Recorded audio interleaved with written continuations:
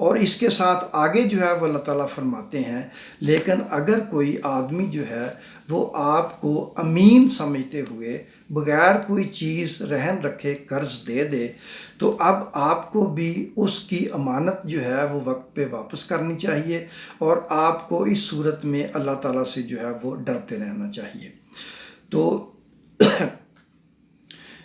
اس میں اب یہ ہے کہ ہوتا یہ ہے کہ قرض دینے والا تو قرض لینے والے کو امین سمجھ لیتا ہے، وہ اس چیز کا بعض اوقات جو ہے وہ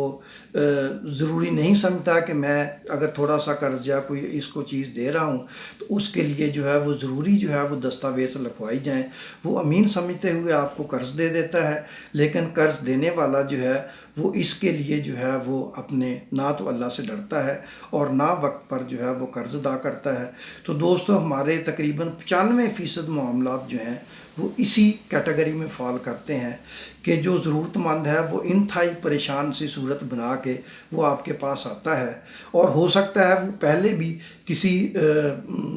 5-10 بندوں کے پاس گیا ہو جنہوں نے اس کو قرض دینے سے جواب دے دیا ہو، وہ آپ کے پاس آتا ہے۔ اگر آپ جو اس کو قرض نہ دیں تو ہو سکتا ہے پتہ نہیں اور کتنے گھر اس کو دیکھنے پڑیں، لیکن آپ اس کی پریشانی کو محسوس کرتے ہوئے اس کو قرض دے دیتے ہیں، اور اس کے بعد بجائے اس کے کہ وہ آپ کو جو ہے وہ وقت پہ جو ہے وہ قرض لوٹا دے، وہ لہت و لال سے کام لینا شروع کر دیتا ہے، اور اکثر جو ہے وہ نہ تو قرض لوٹانے کی نوبت آتی ہے اور آپ کے پیسے بھی جاتے ہیں اور آپ کے تعلقات بھی جاتے ہیں۔ اس لیے میں نے ضروری سمجھا کہ اس جو معاشرتی برائی جو ہے اس پہ تھوڑی سی روشنی ڈالی جائے اور یہ بھی دیکھا جائے کہ اللہ تعالیٰ جو ہے وہ قرض کے معاملے میں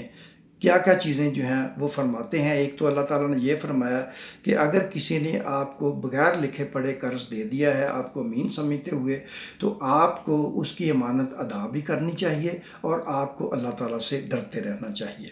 تو آگے بڑھنے سے پہلے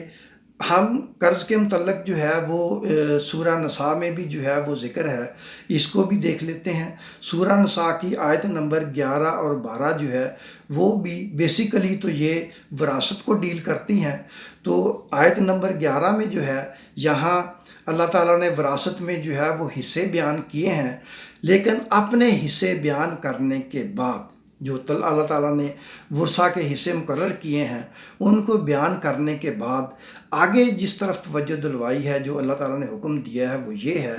کہ یہ حصے جو ہیں وہ وراثت کے یہ اس وقت تقسیم ہوں گے، سب سے پہلے اگر متوفی نے کوئی وصیت کی ہے تو وہ وصیت پوری ہوگی۔ اور میں ساتھ یہ بھی بتاتا چلوں کہ حدیثوں میں وصیت پہ جو ہے وہ قدغن لگ چکی ہے کہ کوئی بھی جو ہے وہ متوفی 1/3 حصے سے زیادہ جو ہے وہ وصیت نہیں کر سکتا۔ تو یہ جو ہے یہ ایک الگ موضوع ہے، اس پہ ہم اس وقت جو ہے وہ بات نہیں کریں گے۔ تو دوسرا اللہ تعالیٰ نے یہ فرمایا کہ اگر اس کے ذمے کوئی قرض ہے تو وہ پہلے قرض ادا ہوگا، اس کے بعد جو ہے وہ وراثت تقسیم ہوگی، اور قرض کے اوپر اللہ تعالیٰ نے کوئی لمٹ بھی نہیں لگائی کہ وراثت میں سے اتنے % جو ہے یہ قرض ادا ہوگا۔ اگر اس کی پوری وراثت جو ہے وہ قرض ادائیگی میں چلی جاتی ہے تو اس میں اللہ تعالیٰ نے کوئی قدغن نہیں لگائی، پہلے اس کے ذمے قرض جو ہے وہ ادا ہوگا، اس کے بعد جو باقی بچے گا وہ وارثوں میں جو ہے وہ تقسیم ہوگا۔ اور اس کے ساتھ ہی جو سورہ نساء کی آیت نمبر 12 ہے اس میں اللہ تعالیٰ نے 3 مختلف سچویشن جو ہیں ان کو بیان کیا ہے، اور تینوں سچویشنز کے بعد جو ہے یہ پھر 3 دفعہ ذکر ہوا ہے کہ پہلے اس میت کی وصیت پوری کی جائے گی، اس کے بعد اس کا قرض ادا کیا جائے گا، پھر جو باقی بچے گا وہ ورثہ میں تقسیم ہوگا۔ تو دوستو یہ ایک اتنی اہم چیز ہے کہ اللہ تعالیٰ نے میت کو اپنے پاس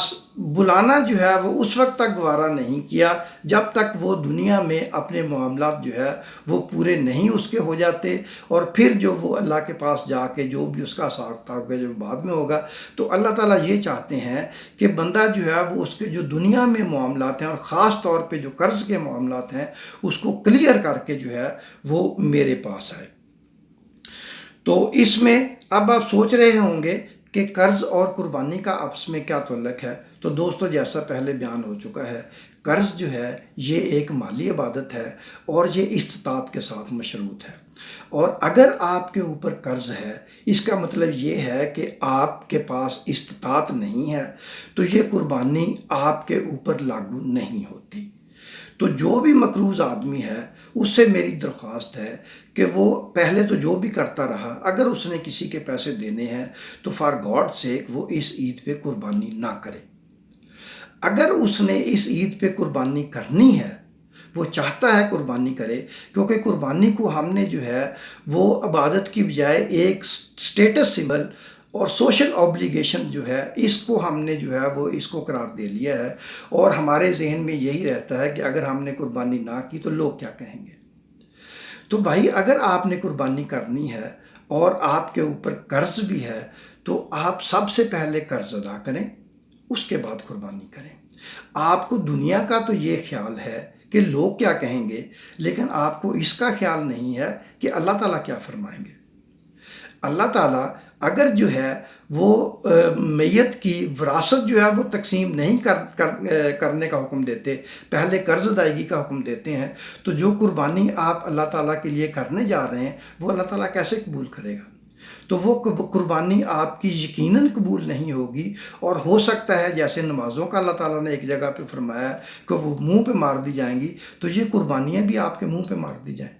تو اگر آپ چاہتے ہیں کہ اللہ تعالیٰ آپ کی قربانی قبول کرے، اور یقیناً آپ چاہتے ہیں کہ اللہ تعالیٰ آپ کی قربانی قبول کرے، تو اگر آپ کے ذمے کوئی قرض ہے تو سب سے پہلے جو ہے آپ وہ قرض ادا کریں، اور پھر آپ جو ہے وہ قربانی کر سکتے ہیں۔ اس کے بغیر آپ جو ہے وہ قرض کی قربانی جو ہے وہ نہیں کر سکتے۔ تو اب یہ ہے کہ ایک تو جس طرح حج جو ہے، حج کے متعلق یہ ہے کہ اگر آپ حج کرنا چاہتے ہیں تو آپ کے پاس حج پہ جانے کے اخراجات ہونے چاہیے، سفر کے اخراجات ہونے چاہیے، جتنی دیر آپ نے وہاں رہنا ہے وہاں کے اخراجات آپ کے پاس ہونے چاہیے، واپسی کے اخراجات آپ کے پاس ہونے چاہیے، اور جن کو آپ پیچھے چھوڑ کے گئے ہیں ان کی کفالت کی ذمہ داری بھی آپ ان کو اس عرصے کا خرچہ دے کے جائیں، پھر آپ حج پہ جا سکتے ہیں، ادروائز آپ حج پہ نہیں جا سکتے۔ اسی طرح اگر آپ قربانی کرنا چاہ رہے ہیں تو اگر آپ کے پاس جو ہے وہ قرض ہے اور آپ جو ہے وہ قرض ادا نہیں کر رہے اور قربانی کر رہے ہیں، تو وہ قربانی اللہ تعالیٰ کے حضور قابل قبول نہیں ہوگی۔ اور اگر آپ جو ہے وہ قرض ادا کر دیتے ہیں، قربانی کرتے ہیں، اور قربانی اور قرض دینے کے بعد آپ امیجیٹلی آپ کی پوزیشن یہ ہے کہ آپ اپنا گھر نہیں چلانے کے قابل، تو پھر بھی آپ پہ قربانی نہیں ہے۔ قربانی کرنے کا ہرگز یہ مقصد نہیں ہے کہ آپ کا کچن جو ہے وہ بند ہو جائے۔ تو اگر آپ کا کچن جو ہے وہ آپ کو یقین ہے کہ آپ کی لگی بندی جو ہے وہ انکم آ رہی ہے، یا آپ کے پاس اتنی سیونگ ہے کہ آپ کچھ عرصہ جو ہے وہ اس کے بعد بھی آرام سے جو ہے وہ آپ کا گھر چل سکتا ہے، تو پھر آپ قربانی کریں۔ اگر آپ کی یہ ساری چیزیں میٹ نہیں ہوتی تو پھر آپ دوستو جو ہے یہ قربانی جو ہے یہ نہ کریں۔ اب آپ نے دیکھا کہ جب بھی آپ کے پاس کسی کے پاس قرض لینے جاتے ہیں تو سب سے پہلے وہ پوچھے نہ پوچھے قرض دینے والا، آپ پہلے ہی جاتے ہی کہتے ہیں کہ بھائی مجھے اتنے پیسے چاہیے، میں فلاں تاریخ کو آپ کو دے دوں گا، اور عموماً آپ کا جو ہے وہ میں پہلی تاریخ کو آپ کو دے دوں گا۔ ٹھیک ہے، تو یہ جو ہے یہ ایک وعدہ ہے جو آپ نے اس کے ساتھ کیا ہے،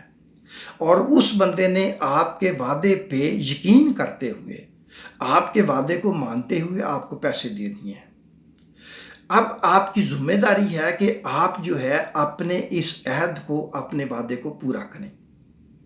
اگر کوئی سمجھتا ہے کہ وعدے قرآن و حدیث نہیں ہوتے تو بھائی صاحب وعدے قرآن و حدیث ہوتے ہیں۔ قرآن میں وعدوں کے متعلق جو ہے وہ کیا فرمایا گیا ہے یہ میں آپ سے ذکر کر دیتا ہوں۔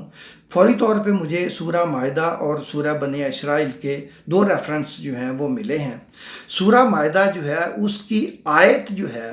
پہلی آیت ہی وہ شروع ہی یہاں سے ہوتی ہے، یا ایھا الذین آمنوا اوفوا بالعقود، اے ایمان والو اپنے معاہدوں کو پورا کرو۔ اور سورہ بنی اسرائیل کی آیت نمبر 34 جو ہے، یہ اس آیت کا آخری پارٹ جو ہے وہ یہ ہے، وَأَوْفُوا بِالْعَهْدِ إِنَّ الْعَهْدَ كَانَ مَسْئُولًا۔ یہ حصہ جو ہے آیت کا، یہ آپ کو بڑے غور سے سننا ہے اور اس کو دھیان میں رکھنا ہے، اور عہد کو پورا کرو کہ عہد کے بارے میں پرسش ہوگی۔ تو بھائی صاحب، یہ جتنے بھی آپ وعدے کرتے ہیں ان کا آپ کو اللہ تعالیٰ کو حساب دینا ہے، آپ سے پوچھنا ہے۔ اللہ تعالیٰ فرماتے ہیں کہ عہد کے متعلق آپ سے پرسش ہوگی۔ تو جو بھی کوئی سمجھتا ہے کہ وعدے قرآن و حدیث نہیں ہوتے، بھائی صاحب وعدے قرآن و حدیث ہوتے ہیں اور ان کی باقاعدہ آپ سے پرسش ہوگی۔ تو اگر آپ نے کسی سے قرض لیا ہے، آپ نے قرض ادا کرنے کا وعدہ کیا ہے، تو اگر ہاں ہو سکتا ہے کہ آپ کی قرض کی ادائیگی جو ہے وہ عید کے چند دن کے بعد آپ نے وعدہ کیا ہو، تو اگر آپ نے چند دن کے بعد کا قرض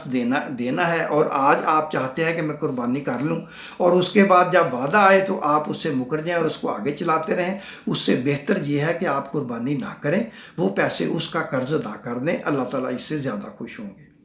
اور قرض ادا کرنے کے بعد اگر آپ کی قربانی کرنا چاہتے ہیں اور آپ کے پاس استطاعت ہے تو فابہا، آپ ضرور قربانی کریں۔ تو ویڈیو جو ہے وہ لمبی ہوتی جا رہی ہے۔ تو قرض کی کتنی اقسام ہیں اور کس قسم کے قرض والا آدمی جو ہے وہ قربانی کر سکتا ہے، تو یہ جو ہے یہ میں اگلی ویڈیو کے لیے اٹھا رکھتا ہوں۔ تو آخر میں آپ دوستوں سے ایک دفعہ پھر درخواست ہے کہ یہ میرا عبادت چینل جو ہے وہ جن لوگوں نے سبسکرائب نہیں کیا وہ اس کو سبسکرائب بھی کریں اور بیل آئیکن کو بھی پش کر دیں تاکہ میری الرٹس جو ہیں وہ آپ کو وقت پہ ملتے رہیں۔ اور آخر میں ایک اور درخواست کہ یہ میری ویڈیوز جو ہیں یہ لنکس جو ہیں یہ اپنے دوستوں کے ساتھ شیئر کریں، اور اگر آپ جو ہے وہ کسی کے قرض کے ڈسے ہوئے ہیں اور آپ کو اذیت پہنچی ہے تو پھر آپ جو ہے وہ ضرور دوستوں کے ساتھ شیئر کریں، اور تاکہ جو ہے وہ اپنے گروپس میں شیئر کریں تاکہ یہ پیغام جو ہے وہ دوسروں تک پہنچتا رہے۔ تو اس کے ساتھ ہی اللہ حافظ۔ تو تھینک یو ویری مچ۔ السلام علیکم۔